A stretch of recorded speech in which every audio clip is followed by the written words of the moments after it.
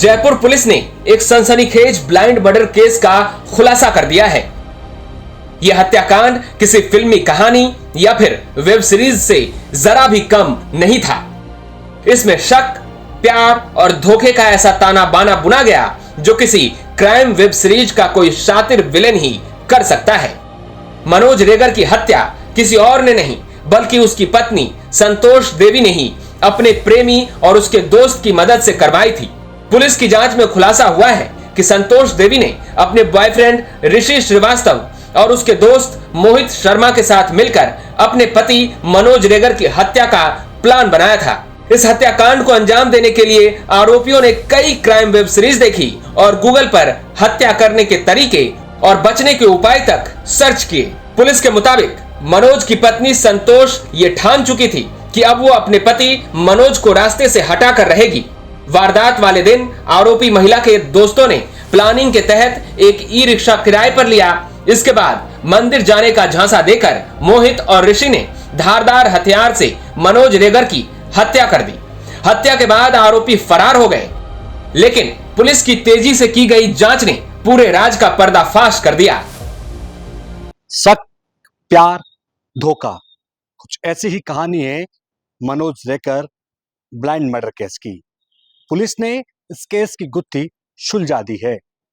हत्यारे कोई और नहीं बल्कि मनोज की पत्नी संतोष देवी, उसका बॉयफ्रेंड ऋषि और उसका दोस्त मोहित शर्मा है, जिन्होंने इस ब्लाइंड मर्डर केस की पूरी प्लानिंग की और प्लानिंग के बाद इसको अंजाम तक पहुंचाया।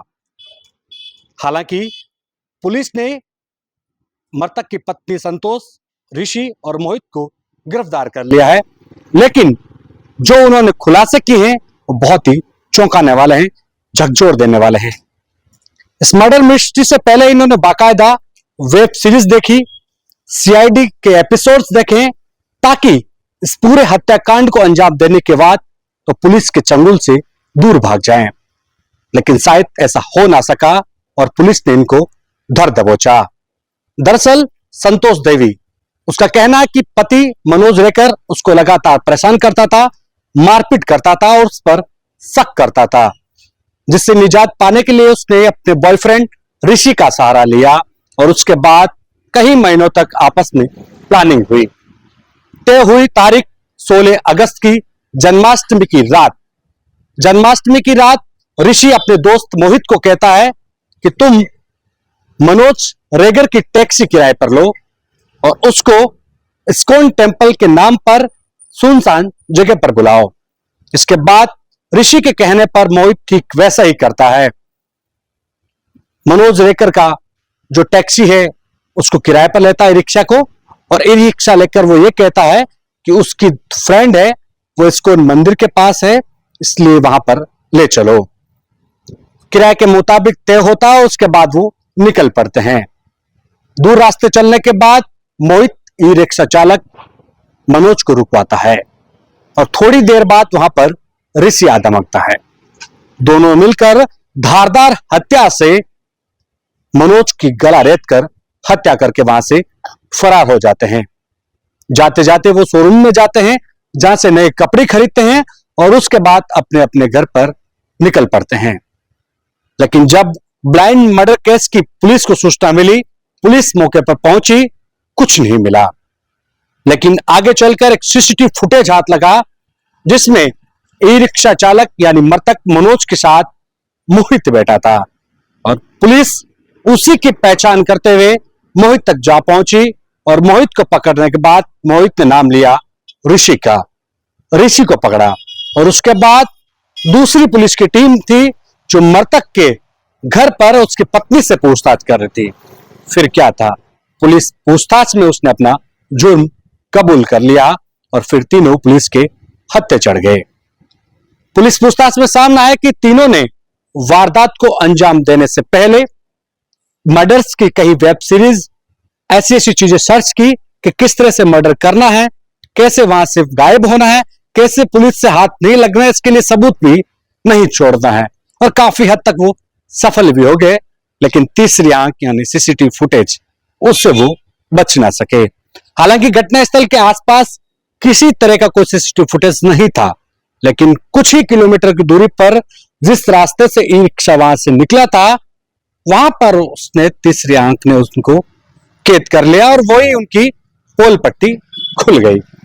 जब पुलिस ने उनसे पूछा कि कैसे इस पूरी वारदात को अंजाम दिया, तो सामने आया कि सिर्फ वेब सीरीज या गूगल पर स्टोरी सर्च नहीं की, बल्कि उन्होंने ऋषि और उसकी कथित गर्लफ्रेंड जो कि मनोज की पत्नी संतोष, दोनों ने अलग अलग सिम कार्ड्स लिए और उन सिम कार्ड से वो आपस में ही बातचीत करते थे। मोहित आरोपी उसको भी भनक नहीं लगने दी। दोनों आपस में बातचीत करते, पूरी प्लानिंग करते और प्लानिंग के तहत कब इस घटना को, वारदात को अंजाम देना है, उसकी भनक मोहित को भी नहीं लगने देते हैं।